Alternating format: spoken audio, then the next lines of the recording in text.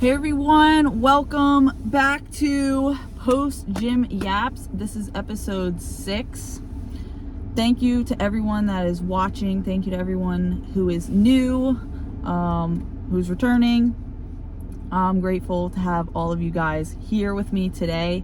I want to talk a little bit about where we're placing our identity in things, because a lot of times we have things in our life that we put our mind to a lot, and we can also let that consume us, and that kind of takes us away sometimes from ourselves. And I'm not saying it's bad to be purpose driven and purpose oriented, but there's a time and a place for everything, and you got to be careful that you don't let that consume you and you don't let that take over your life. A perfect example is like,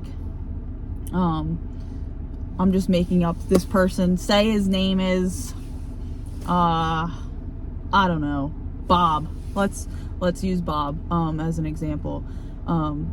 He's a very successful businessman. He's built 3 businesses, worked hard his entire life, but never took time for himself, never really had a vacation.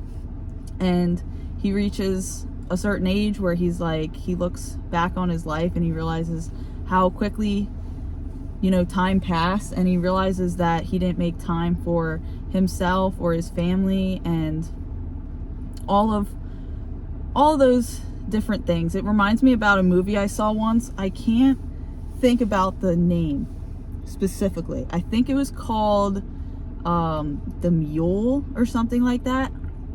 I don't know. Don't quote me on it. But it was about this guy who gets involved in this business of running, it was like this really old guy who gets in this business of running drugs across the country. And no one suspected that he would do something like this. Like, no one expected that he would be running in these rings, because he didn't fit like the stereotype of that, and no one would expect this old man to be just running in these circles like this. But he became very successful in this industry. And basically the moral of the story, I'm not going to spoil it for you, for anyone that wants to see it, but he's dying, he's on his deathbed, and he looks back on his life and realizes that he spent all this time doing this and chasing money, and he missed out on valuable time with his family, with his grandkids, with his wife. And it took him till he was on his deathbed to realize that. And there are a lot of people in life that don't ever realize that. They spend their whole life chasing money or chasing love or chasing a certain dream, and lose their sense of purpose and lose their relationship with God in the process of it all. And again, I'm not saying don't have dreams, don't have ambitions, don't have hobbies. That's all great, but it's in moderation. You need to just really evaluate areas of your life and learn just how to be more balanced with things. And the reason this comes up is because I was at the gym today, and I'll be honest, today's workout was atrocious. I had planned for, a little backstory. I have a meet coming up in less than 2 weeks, so a week and a half, and it's crunch time. And I'm reaching the point where I'm tapering for my meet. So tapering means you reach a point where you're getting up to really heavy weights, like competition level, and then you taper off for a week, so your body's ready to compete that 1 week. So the week before your meet, you take it much lighter. And I'm at the point where the weights are just getting heavy, and I had deadlift today, and about 3 weeks ago I hit 425 for 6 on deadlift, and today I was barely pushing out 1 or 2 on deadlift, and it made me a little discouraged. But at the same time, it was encouraging. If I'm trying to think about the right word to use, because it really made me think about where I put my identity in things. And back to the story I was talking about yesterday, how I was back when I was a runner and I did a lot of I put my identity in running, and like if I didn't perform the way I wanted, I would let that affect my mood. I would let that affect my entire week. I let it impact how I viewed myself personally. So if there was a week where I didn't perform well or I wasn't running fast, I viewed myself as like a terrible person. And it took me getting injured and injuring my foot to really recognize that I was putting so much of my identity in running. And this ties into a story that I actually had with someone at the gym today. He was telling me that God has a funny way of slowing us down, and that is so true. That made me think back to that story that I was telling yesterday. If you haven't seen it, go watch it, but broadly speaking, it was how I injured my foot, and God slowed me down, causing me to reevaluate where I was putting my priorities.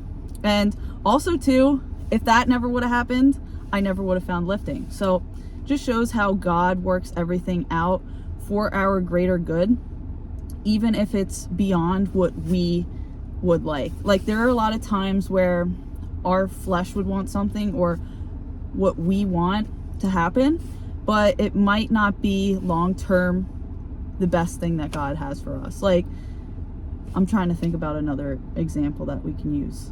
Like there could be this person that you really like a person that you have a crush on, and you really want to be with that person, but that might not be the person that God has for you. And if you keep holding on to that person and keep wanting the same outcome for what your fleshly mind wants, and it's not what God has in store for you, you're just blocking who God truly has. And like it's really hard to see that on the surface. Like when you're in the moment and we might be experiencing tough things or just things aren't going our way, it's really hard to just see through all the trees in the forest. Like when we're walking through the wilderness, we're walking through the woods, and there's trees in our way, and there's snow coming down, and thunder and everything. We're so narrow-minded. We're so focused on what's in front of us, and it almost seems like there is no light at the end of the tunnel. It almost seems that there is no opening to that forest. And we're walking through, I'm gonna run with this analogy, and I'm just making this up on the spot, so bear with me. But say you're walking through that forest and you don't know in your head that a half mile down that path is a huge opening, a way to get out of that forest, a huge opening. The sun is going to come out in 20 minutes. The birds are going to be chirping. Everything's just going to be clear.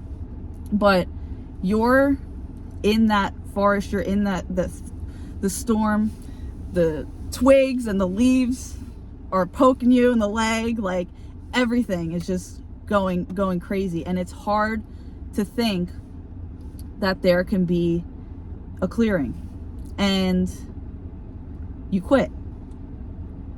How would your future self think if you just quit? Knowing, like your future self knowing, if you only would have walked that extra half mile, if you only would have waited 20 more minutes for that sun to come out, how different your life can be if you just decided to stick with it and you quit. So I don't know whoever needed to hear this, but I just want you to use that as an encouragement that whatever you're going through right now, if there seems that there's no clear path out there, or you feel like just all the storms are coming down on you and you got a million trees and bushes in your way and you just feel like there's no clear path, just do your best to just keep walking. I know it's easier said than done. Like I get frustrated a lot of times when I hear people saying, oh, it's just it's going to get better. It's going to get better, or there's something greater in store. And like, it's hard to just think that it will when you've been going through a storm for so long. Like, I don't know your personal storm and what you've been going through, but you may have been going through this storm. It may feel like you've been walking through this forest for 60 years. And you very may well have. Like, you could be 70 years old watching right now and just feel like you've just been praying for just something to just end in your life that seems so negative, or you're just praying for a breakthrough to happen and you just seem like it's not there. And you might hear people saying it's going to get better, and you might just be sick of hearing people say that it's going to get better when you don't see anything, when you don't see that clearing. But just know that it's there eventually. Like, God loves you. God has a greater purpose for you. And just, if anyone can use this as an encouragement right now not to quit, just, I hope you can just get something out of it. And that's a really important reminder for myself, and that's what I'm grateful what I learned through the gym, is the process of it all. And I always use gym examples because that's something that really has helped me grow in my life. And this is also a gym yap. And this is also what I experienced today. And the process of your fitness journey, and even if you're not on a fitness journey, it could even be starting a business or being on a project, or maybe trying to overcome some obstacle or struggle that you've been going on in your life. It's the process. You have highs and you have lows. It's so humbling to think that we're going through this process. And a lot of times, you might have a high, like for example with the gym, like I hit 3 weeks ago, I'll use my personal example, I hit 425 for 6. I was feeling great. And then today I was at a low. I could barely do 425 for 2. And that's just the whole, even though it sucks in the moment, the process is so rewarding, because it's at our lowest points, it's at those hard days in the gym, those days that you still show up, that you grow the most. It's a lot of times in life, like, how do you ever expect to grow if everything is just easy? Right? Do you really think that we would grow? A lot of times we might think if we had more money to do this, we'll be happier. Or if we had more time, or we had more resources, we'd be happier. But ultimately, at the end of the day, that's not where our priorities should be. Our priorities, now you live your own life. You take my advice however you want it. This is just me yapping for myself. This is what I feel like I need to hear, and maybe someone out there can relate or be encouraged by this. But at the end of the day, my identity is in Christ, and not what I produce. It's not what I can perform on a stage for my lifts. It's not what I can perform for in the past with running. It's just knowing the fact that God still loves me, no matter if I hit 425 for 6 on deadlift 3 weeks ago, or I can barely hit 405 today. Like, God still loves me the same. His love never changes. And it's just an important reminder for me, and just even for you guys, whatever you may believe in, even if you don't believe in God, like, just knowing that what you produce is not you. It's not. It really isn't. Like, what you produce can benefit the world, and you can serve the world through that. Say you have a business, or I don't know, whatever you have. Think about something in your life that you really put a lot of time and energy into, and something that this video may be stirring up, that you may be putting a little too much priority on that. like, however you perform in that is not you. If you have a bad day for your work, or you like don't make as much money as you want that day, or you're in school and you don't get as good a grade as you would expect, like, that is not you. Like, yes, our business might serve a greater purpose for this world, or that grade might help you get into that career that you always want. Like, it's still good to have goals. Like, don't hear me wrong on this, but at the same time, like, those small little obstacles that you experience in your journey is not a reflection of who you are at a deeper purpose, at a deeper soul level, let's just say. At a deeper soul level, it's just you, it's love, and it's God. And just knowing that no matter how you perform, now I'm not saying like go out and just don't even try to get good grades. Like, it's not an excuse to be like, oh yeah, you know, God still loves me, so who cares if I get an F on this class or on this test. Like, that is not what I'm saying at all. What I'm saying is, if you're intentional about wanting to be successful, quote unquote, in whatever you're doing, or you really have a desire for something that God placed on your heart, like, and you experience those hard days and those obstacles that come in the way, because that's life. Like, it's not going to be all sunshine and roses, but when you experience those moments, it's just an important reminder to know that you're still loved. Even if you feel like there's no one in your life right now that can support you, or no one in your life that you can really count on, just know that God loves you, and I love you. A stranger out there on the internet, me, I care about you, and you might not see it, you might not believe it, because our brains have a hard time believing things, especially if we haven't experienced it, or we've experienced past hurt and struggles, and it seems like we've been going through a certain struggle for so long, and it doesn't seem like we can be pulled out of it.